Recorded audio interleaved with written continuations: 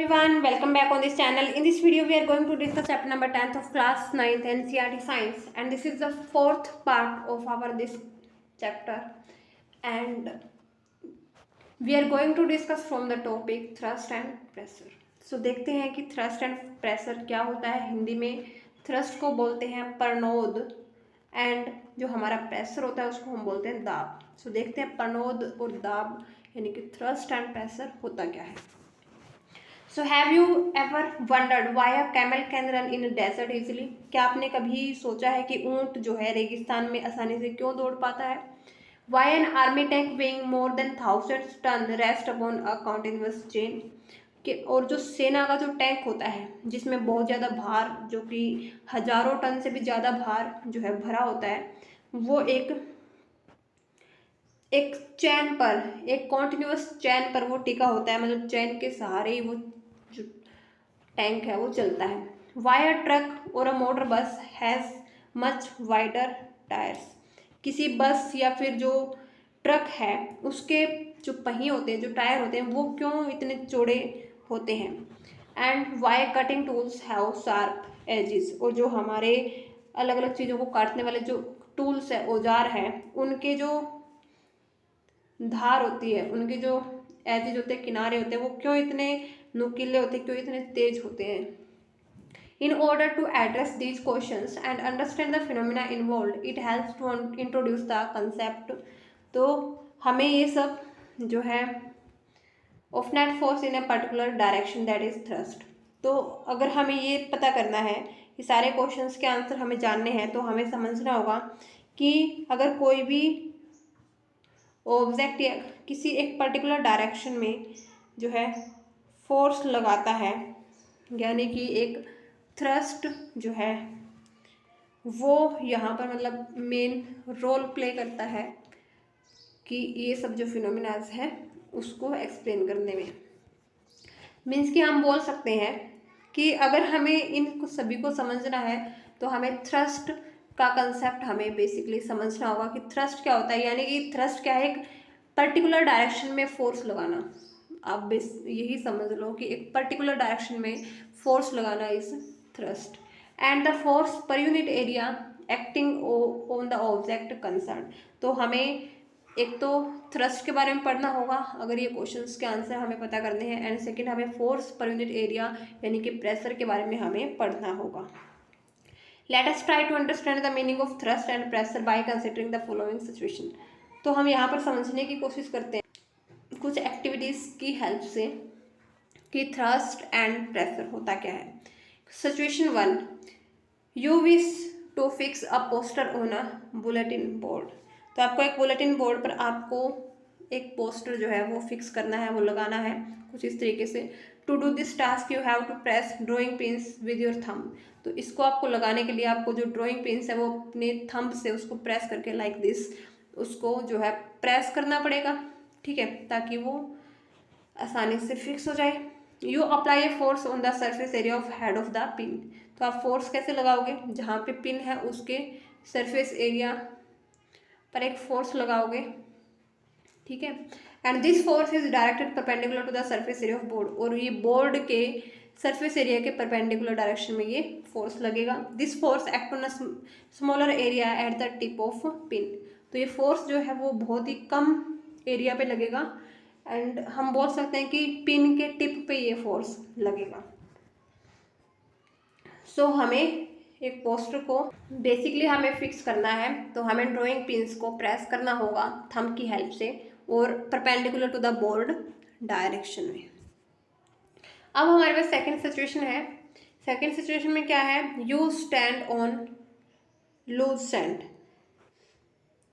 आप जो है मिट्टी के एक बड़े से ढेर पे, ढीली सी मिट्टी है वहाँ पर आप खड़े होके आप ट्राई करना. Your feet go into the sand.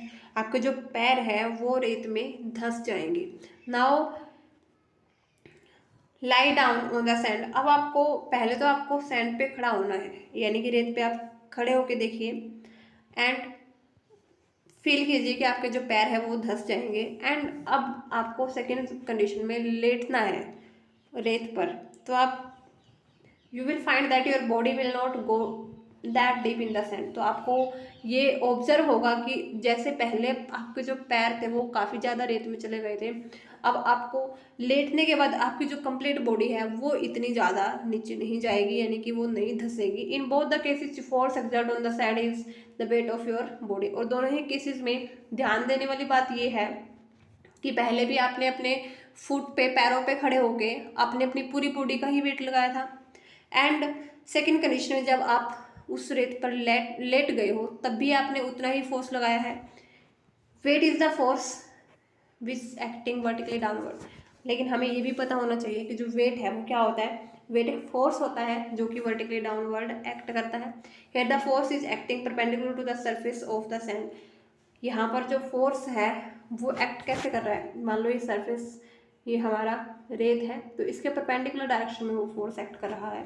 The force acting on object perpendicular to the surface is called thrust. और वही परपेंडिकुलर डायरेक्शन में जो वेट, जो फोर्स लगता है वो होता है थ्रस्ट।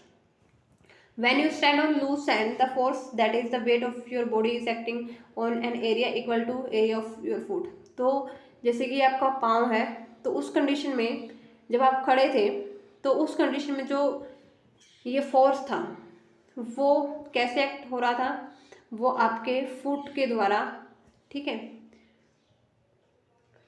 यानी कि जितना आपने फुट से एरिया कवर किया है वही उसी एरिया पे वो फोर्स लग रहा था।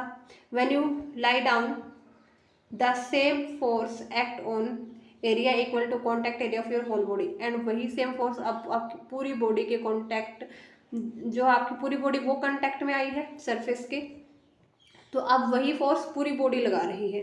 That's the effect of forces of magnitude on different area are different. तो ये फोर्स जो है वो काफ़ी ज़्यादा एरिया में डिस्ट्रीब्यूट हो गया है। In the above cases thrust is same. दोनों ही केसेस में थ्रस्ट जो है वो सेम है, बट इफेक्ट आर डिफरेंट। लेकिन इफेक्ट जो है वो डिफरेंट है दोनों के। Therefore the effect of thrust depend on the area on which it act. तो जो थ्रस्ट है वो डिपेंड करता है कि आपकी जो है कितना एरिया है जिस पे थ्रस्ट जो है एक्ट कर रहा है। The effect of thrust on sand is larger while standing than while laying. क्यों? क्योंकि जो वहाँ पर जो है हमारा जो, अगर हम सेकंड कंडीशन में बात करें कि जो अगर हम बाय ऑन फुट खड़े हैं तो उस केस में जो थ्रस्ट है वो ज़्यादा लग रहा होगा, जो फोर्स है वो ज़्यादा लग रहा होगा than while laying. The thrust on unit area is called pressure. और यूनिट एरिया पे, एक पर्टिकुलर एरिया पे कितना थ्रस्ट लग रहा है वो होता है pressure. So substituting the SI unit of thrust and area in equation 10.20 we get the SI unit of pressure as newton, क्योंकि thrust is a force and area is in metre square, तो newton per metre square. तो हम जो हमारा pressure है उसके unit को हम इस तरीके से राइट कर सकते हैं। In honour of Blaise Pascal, जो हमारा ऐसा यूनिट है प्रेशर का उसको हम पास्कल जो है से डिनोट करते हैं, और पास्कल जो है स्मॉल या शॉर्ट फॉर्म में हम PA से इसको डिनोट करते हैं। यानी कि जो हमारा प्रेशर है उसकी ऐसा यूनिट को हम पास्कल बोलते हैं, उसको डिनोट करते हैं हम PA से। Let us consider a numerical example to understand the effect of thrust acting on different areas. तो यहाँ पर बेसिकली एक रीज़न यहाँ पर ये भी हो सकता है कि जो थ्रस्ट है वो तो दोनों केसेस में सेम है, लेकिन जो एरिया है पहले वाले केस में जो फुट से जो फोर्स लग रहा था वो एरिया जो है कम है, यानी कि एरिया लो हो गया। अगर एरिया लो हो गया तो प्रेशर ज़्यादा हो जाएगा और इस वजह से जो पैर है वो रेत के अंदर धंस जाएंगे। लेकिन सेकंड कंडीशन में क्या होगा, यहाँ पर एरिया बहुत ज़्यादा हो गया, एरिया ज़्यादा हो गया तो प्रेशर कम हो जाएगा, एंड प्रेशर कम होने की वजह से जो बॉडी है वो इतनी नहीं धंसेगी। ठीक है, now our next topic is pressure in fluids. Fluids में प्रेशर जो है वो कैसे लगता है। All liquids and gases are fluid. सारे के सारे जो गैसें हैं या फिर जो द्रव है हमारे लिक्विड्स है वो सारे फ्लूइड होते हैं। फ्लूइड मीन्स तरल। A solid exert pressure on surface due to its weight. जो सॉलिड है वो अपने जो है वेट की वजह से किसी सरफेस पर प्रेशर लगाते हैं, सिमिलरली जो फ्लूइड है उनका भी वेट होता है। And also they exert pressure on the base and wall of container in this they are enclosed. तो जो लिक्विड है वेट तो उनका भी होता है, और उसी वेट की वजह से वो जिस कंटेनर में उनको रखा है उसके बेस पे और उसकी दीवारों पे जो है वो प्रेशर एक्सर्ट करेंगे। Pressure exerted in any confined mass of fluid is transmitted undiminished in all direction.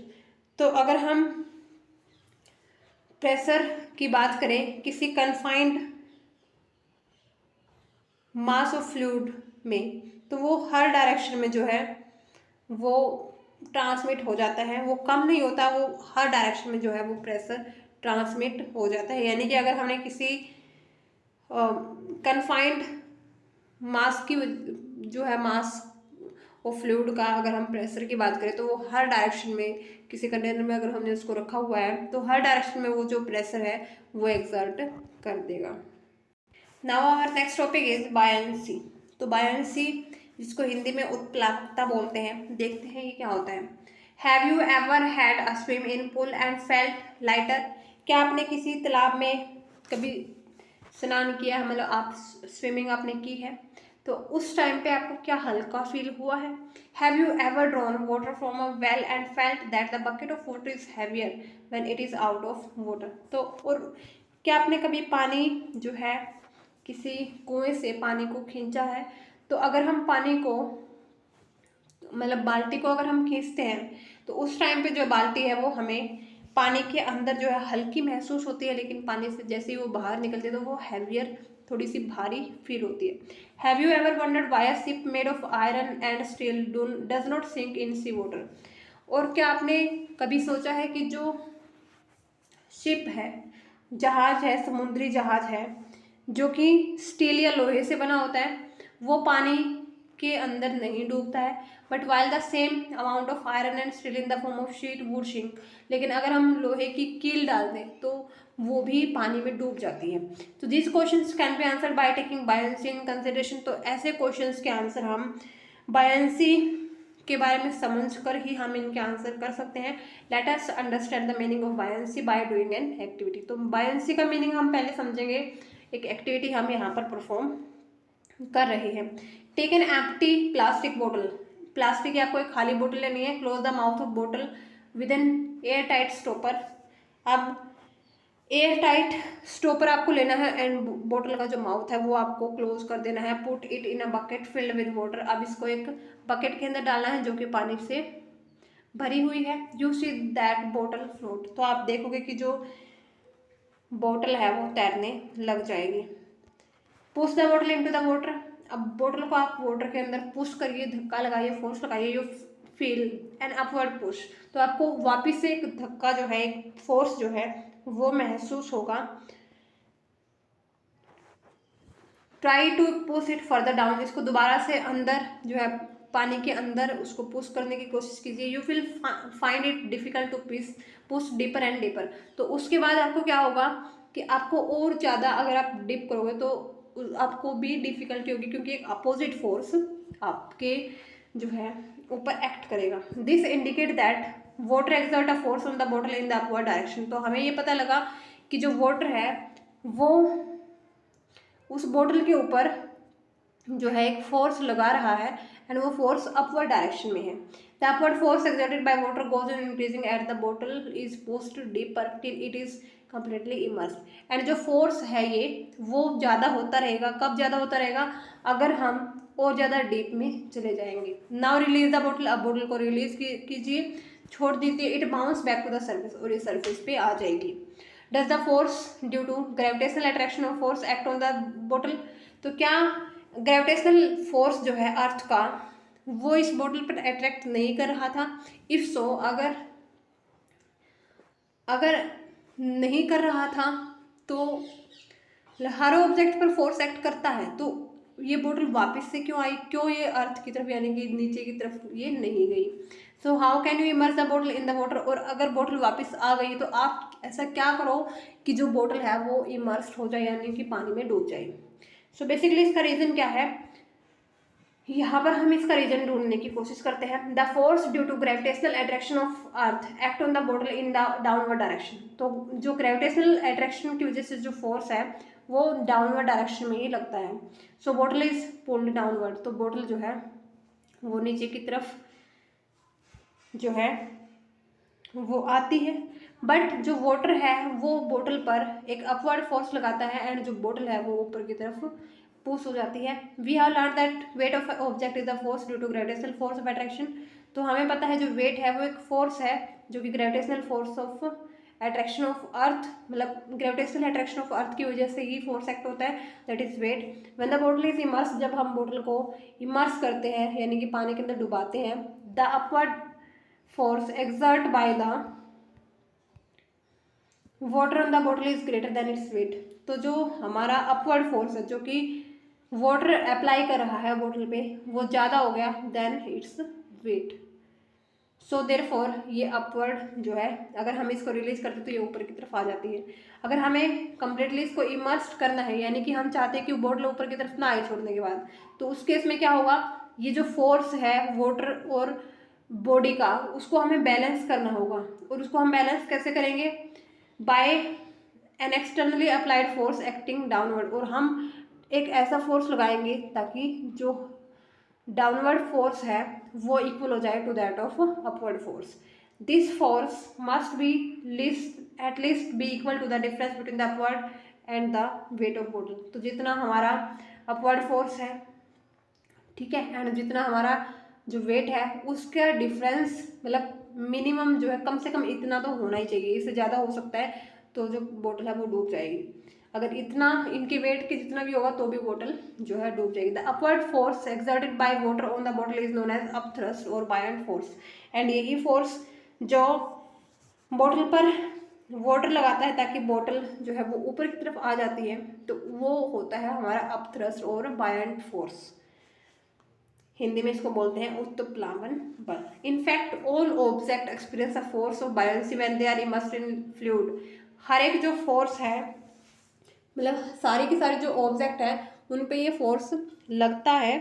And the magnitude of this बायोंट force depend on the density of fluid. And जो मैग्नीट्यूड है वो डिपेंड करता है कि जो हमारा fluid है उसकी डेंसिटी कितनी है, वो लेस डेंस है, वो मोर डेंस है, तो उस पर जो मैग्नीट्यूड है बायोंट फोर्स का वो भी उस पर डिपेंड करता है।